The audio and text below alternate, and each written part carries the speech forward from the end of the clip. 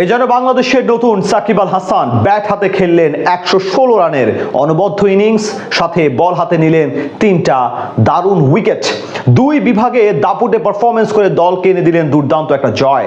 এমনই এক অলরাউন্ডারের আবির্ভাব ঘটতে যাচ্ছে বাংলাদেশের ক্রিকেটে। ব্যাটিং বোলিং দুই দিক থেকে নজর কেড়ে তিনি এখন সর্বমহলে আলোচিত। বাংলাদেশ ক্রিকেটে আসতে যাওয়া সেই নতুন সাকিব আল হাসানকে নিয়ে বিস্তারিত রিপোর্টে। অলরাউন্ডার নামটা শুনলেই বাংলাদেশের ক্রিকেটের সবার আগে মাথায় চলে আসে সাকিব আল হাসানের কথা। ব্যাট ও বল দুই বিভাগে দীর্ঘদিন গর্বের সাথে লাল সবুজের জার্সি পরে মাঠ মাতিয়ে হয়েছেন বিশ্বসেরা অলরাউন্ডার। সাকিবের পর অবশ্য এখন অবধি তেমনভাবে কেউ বাংলাদেশের হাল ধরতে পারেননি। অনেকে স্বপ্ন দেখালেও সেই পালে হাওয়া দিয়ে বেশি দিন টিকতে পারেননি। এবার সেই স্বপ্নের মাঝে নতুন করে উকি দিচ্ছে আরও একটি নাম।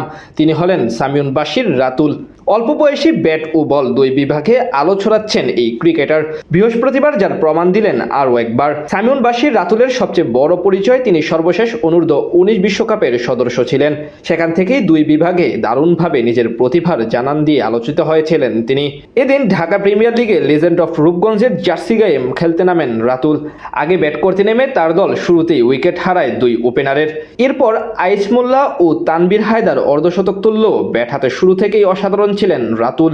শেষ দিকে নেমে প্রতিপক্ষ বসুন্ধরা স্ট্রাইকার্সের বোলারদের উপর এক প্রকার তাণ্ডব চালান তিনি। ক্লাসিক সব শট, সিঙ্গেল এবং বাউন্ডারি তিন দিকে নজর দিয়ে ঠিক টি-20 মেজাজে রান তুলতে থাকেন প্রতিপক্ষর বোলারদের বিপক্ষে। ঠিক সাকিব আল হাসানের অ্যাপ্রোচেই দায়িত্বশীলতার পরিচয় দিতে থাকেন এই ক্রিকেটার। রুয়েল মিয়াকে ছক্কা মেরে মাত্র ৩৭ বলে তুলে নেন অর্ধশতক। এরপর আরও বেশি বিধ্বংসী রূপ ধারণ করেন রাতুল। এক প্রান্ত থেকে উইকেট হারালেও অন্য দিক থেকে কেমিও অব্যাহত রেখে সেঞ্চুরি তুলে নেন তিনি। শেষ অবধি মাত্র ৭০ বলে অপরাজিত ১১৬ রানের দুর্দান্ত ইনিংসে হাঁকান ৬টি ৪ ও ১০টি বিশাল ছক্কা। তার স্ট্রাইক রেট ছিল ১৬৫.৭১, যা আধুনিক ওয়ানডেতে বেশ মানানসই। ব্যাট হাতে এমন নৈপুণ্য দেখানোর পর বোলিংটাও বেশ ভালোভাবেই করে দেখান মাত্র ১৯ বছর বয়সী এই অলরাউন্ডার। ৩৫৮ রান ডিফেন্ড করতে নেমে মাত্র ২৭৫ রানে থেমে যায় প্রতিপক্ষ বসুন্ধরা স্ট্রাইকার্সের ইনিংস, যেখানে বল হাতেও লেজেন্ড অফ রূপগঞ্জের হয়ে সবচেয়ে সফল ছিলেন সামিউন বাশির রাতুল। ৯.৩ ওভার বল করে মাত্র ৪২ রান খরচ করে শিকার করেন মোট ৩টি গুরুত্বপূর্ণ উইকেট। সাকিব আল হাসানের মতো এমন জাদুঘরে পারফরমেন্স করে জিতে নেন ম্যাচ সেরার পুরস্কার। সব মিলিয়ে এখান থেকেই পরিষ্কার কেমন প্রতিভা নিয়ে দেশের ক্রিকেটে আবির্ভাব হতে যাচ্ছে রাতুলের। এর মধ্যে লিস্ট এ ক্রিকেটে মোট ৬ ম্যাচ খেলেছেন তিনি।